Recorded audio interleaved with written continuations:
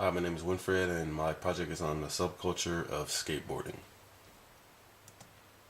What is rhetoric? Rhetoric is the art of persuasion or being able to convince someone with language, music, or anything else necessary. What is the subculture? This is one of the subcultures that Ms. Hamrick talked about on Friday, where it kind of branched off from a different subculture, which is surfing. And surfers, when the waves were too short and they had nothing else to do, they needed something else to do, so they decided to pick up skateboarding. And that's why skateboarding can also be referred to as land surfing.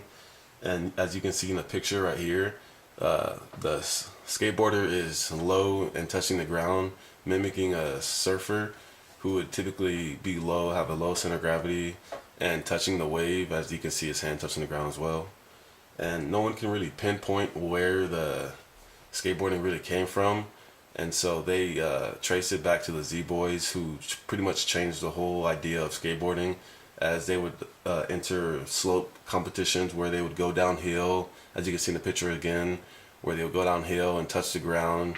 And they also changed the idea of skateboarding through vertical skateboarding, where they would go to swimming pools and swim up into the air, which no one had seen, so that was crazy as well.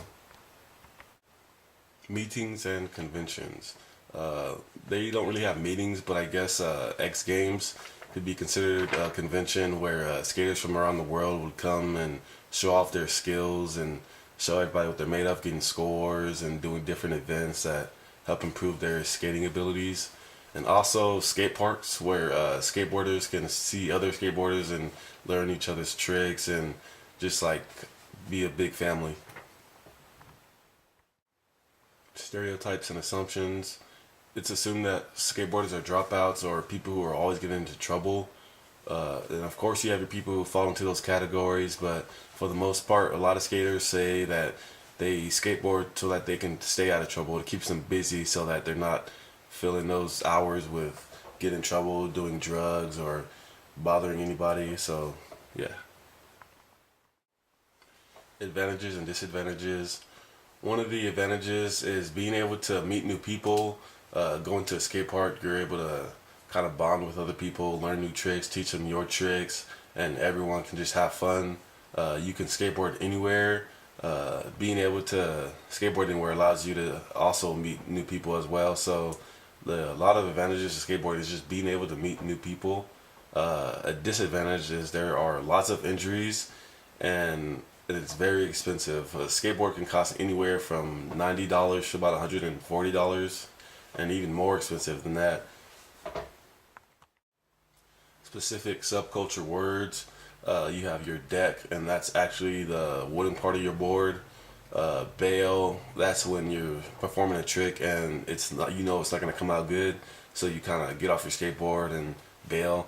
And sketchy, that's kind of when you land a trick and it's kind of like not your best, but it was all right. You have an ollie, which is basically just jumping in the air with your skateboard. Skateboarding appeals to pathos because of the emotion and freedom it gives skaters as individuals. And I found out that a lot of people skate or become skaters because of the freedom, and they're able to sort of do their own thing. There's not a lot of mandatory practices. It's kind of you just do your own practicing. And so I see that skaters buy into the freedoms and just want to join in. What did I learn? I learned that skateboarding takes countless hours, and of course every day you have to practice, become better. That's anything with sports, school, or just anything you do. There's a lot of self-discipline. If you're performing a trick and you can't really get it down, you kind of have to like mentally prepare yourself to actually do the trick over and over again, so that you become better and better at skateboarding day by day. And you need a mental and physical toughness because of the injuries, of course, and because some people discourage themselves when skateboarding if they can't do a trick. And I believe that it just takes mental and physical toughness. And these are my sources.